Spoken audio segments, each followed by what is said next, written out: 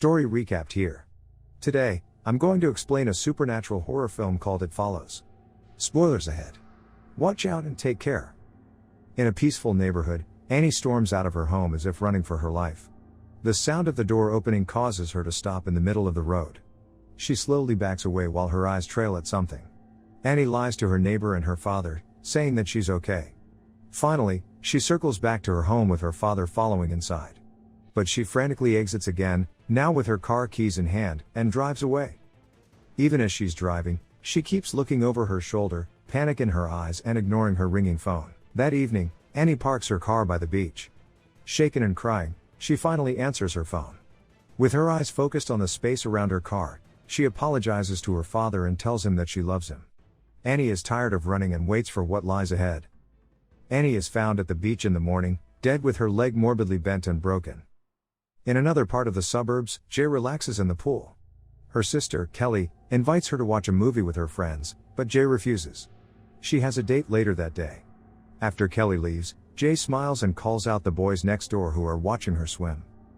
Inside their home, Kelly is watching a movie with her friends, Paul and Yara, while their mom is at the dining table. Jay heads up to her room, quietly preparing for her date. At the movie theater, Jay teaches Hugh, her date, a game that she and her sister play. Hugh chooses a person in the theater he wants to trade places with, and Jay has to guess who he chose. When it's Hugh's turn to guess, he points to a girl in a yellow dress. But Jay doesn't see her. Dread fills Hugh. He immediately urges Jay to leave the theater with him. He claims that he didn't feel comfortable being there. They continue the date with dinner, and everything seemed to be going well despite what happened in the theater. The next day, Jay walks with her sister. They talk about Hugh. Jay is giddy about him but is still concerned about his behavior in the theater. Even though she accepted his story that he wasn't feeling well, Jay is still suspicious that he was hiding something. Before reaching their house, Kelly waves to their neighbor, Greg. During their next date, Hugh takes Jay out to a secluded area. The two spend a passionate night in his car for the first time. Afterwards, Jay reminisces about her views on love until Hugh chloroforms her. Jay tries to fight him back, but Hugh overpowers her and she passes out. Jay wakes up tied to a wheelchair in an abandoned building. Hugh apologizes and assures her that he won't hurt her, that he only needed time to explain things to her. An entity will start to follow her, and it will kill her if it catches her. It used to follow him, and now he passed it on to her. It can look like anyone, even someone that she knows. The dazed Jay starts screaming for help, still in disbelief of what he said, until Hugh reels her to the edge of the building to show that it was coming. Jay sees a strange woman slowly walking towards the building. Hugh instructs her that she has to sleep with someone else to pass it along and that if it kills her, it will come after him next. Confused and afraid, Jay cries as Hugh takes her back in his car and drives away. Kelly and her friends play cards back at their house when they witness Hugh dropping off Jay in the middle of the road. The three rush to her aid and calls the cops, who interrogate the distraught Jay about what happened.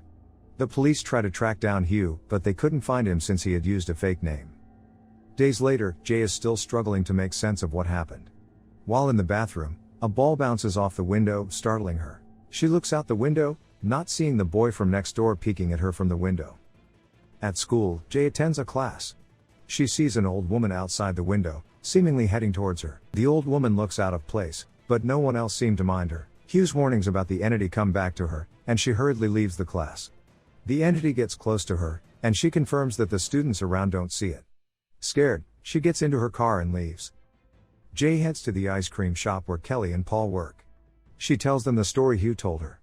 None of them could believe it, not even Jay. But Paul offers to stay at their house for the night nonetheless to watch over them. Yara joins them to sleep over as well. That evening, Jay couldn't sleep and joins Paul in the living room to watch a movie. Paul sees Jay's unease and tries to comfort her. While reminiscing about their childhood, they hear the kitchen window breaking. Paul goes to investigate but claims that no one was there.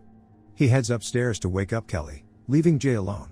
She walks into the kitchen nervously and sees a woman there, limping towards her. Jay screams and rushes upstairs to her room. Kelly and Paul beg her to let them in, still convinced that there's no one else in the house. Jay, who's starting to believe Hugh's story about the creature, collapses in fear and panic with Kelly comforting her. A still sleepy Yara knocks on the door, and Kelly opens it. Despite Jay's warnings, Jay is relieved that Yara is alone, but a tall man appears behind Yara. Jay screams and climbs out of the balcony to escape. Outside, Greg spots Jay riding away on a bicycle, with her friends and sister yelling for her. Jay stops at a nearby playground and sits on a swing set. She looks around, wary of every sound, thinking that the entity will catch up to her. When she sees movement in the distance, she freezes until Paul calls her. The others try to calm her down. Greg catches up to them, curious about what happened. Jay decides that she needs to find Hugh to figure out what was really happening. Greg offers to help them. They visit the address Hugh gave Jay when they were dating and sees that it's an abandoned-looking house. They investigate the items littered in the place, hoping to find clues that Hugh might have left behind. Paul finds a high school photo of Hugh with a girl. Recognizing the school's logo, they track him down and discover that his real name is Jeff Redmond. Kelly suggests telling the police, but Jay decides not to. She wants to get answers from him directly. They visit Jeff's real address, where Jay meets his mother. She recognizes her face, realizing that the entity had taken Jeff's mother's form during the first night she saw it. Jeff apologizes to Jay and tells her more about his story. He says that the curse was passed down to him after having a one-night stand with a girl from a bar. Jeff insists that it's real and Jay should pass it to someone else, but her friends are still skeptical about it, thinking it's just a trick. Greg invites them to his family's lake house to get away. While Jay sleeps, Paul watches over her, considering Jeff's suggestion of Jay passing the curse. The following day, Greg teaches Jay how to use a revolver to protect herself. While hanging out by the shore with Paul, Kelly, and Yara, the entity takes in Yara's form and attacks Jay.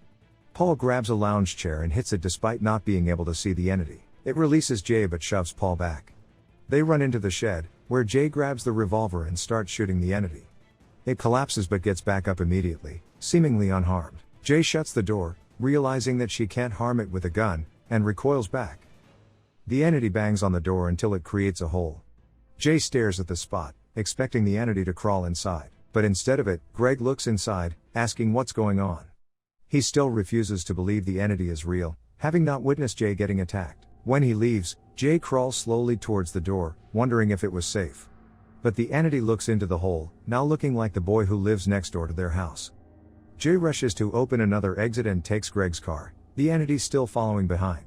Panicked and distressed, Jay crashes the vehicle into a cornfield. She wakes up in the hospital with a broken arm and her friends asleep at her side. Jay looks out to the open door, listening to the sound of footsteps with a shaky breath. She waits for the entity to walk in, but instead, a doctor walks past her room. Relieved, she turns to Greg. Tired of her situation, Jay finally decides to do as Jeff suggested, passing down the curse to someone. Greg and Jay have intercourse that evening in the hospital. Days later, Greg goes about his life normally without seeing the entity. Despite this, Jay still confines herself in her room, scared. She watches Greg's house one night from her window vigilantly, in case it comes back. She spots a person walking to Greg's house. It breaks the window as Jay starts calling Greg. He doesn't answer the phone, and the entity has entered the house. Jay runs to Greg's house to warn him, but the creature is already in his bedroom, banging on his door while looking like his mother. Jay watches the entity attack Greg. She's too late. Knowing that she's next, she drives away in grief and fear of what she just witnessed. She stops near the beach and falls asleep. In the morning, she spots 3 men on a boat. She begins to undress and swims into the water to meet with the men. Back in her home, Paul visits Jay and offers to let her pass the curse to him, but she refuses. Paul confesses that he likes her and questions why she chose to pass it on to Greg. Jay thought he'd be okay because he wasn't scared. She regrets having done so. Looking around her room, Paul gets an idea on how to stop the entity. As they drive away from her house, Jay spots the entity, looking like her grandfather, on the roof. The entity has killed the men she was with at the boat and is now back to hunting her. Jay, Paul, Kelly and Yara go to a closed pool to prepare to face the entity. They set up electrical items around the pool while Jay goes in the water, waiting for it to arrive. A thunderstorm rages outside while they wait. Jay finally spots the entity entering. Hearing the fear in her voice, Kelly asks her what it looked like, but Jay refuses to tell her. Jay freaks out, wanting to get out of the pool. But Paul encourages her to stay until the entity goes in the water with her. The entity starts throwing the electrical items at her. Jay points at the entity to help her friends attack it as it continues to hurl items at her, causing her to sink in the water. She resurfaces and looks at the entity, who now wears the face of her deceased father. Paul grabs a gun, relying on Jay's directions to shoot at it. With the entity invisible to him, he gets too close, nearly getting caught by it. He takes a shot, but accidentally hits Yara's leg. It continues throwing things at Jay, hitting her on the arm. Kelly grabs a blanket and throws it over the entity to help Paul. When she finally cloaks the entity, Paul shoots the entity on the head before it collapses into the water. Jay hurriedly swims to the side, but the entity grabs her by the leg, pulling her down. Paul continues to fire the gun into the water, estimating its position. He finally shoots it on the head again, and Jay is free. Kelly helps Jay get out of the pool. Paul asks her if the entity was still alive. Jay carefully takes a peek at the pool to see. When she looks into the water, blood is spreading, turning the pool completely red. After the event, Paul and Jay spend an intimate night together. When Jay is asleep, Paul drives around and spots a couple of prostitutes. An idea forms in his head, a way to divert the entity if it was still alive. Jay and Paul walk together, hand in hand. They enjoy the little peace that they have, not noticing the figure walking behind them in the distance. Subscribe to watch more videos like this. Turn on notifications. And leave a like, it really helps the channel out. Thank you for watching.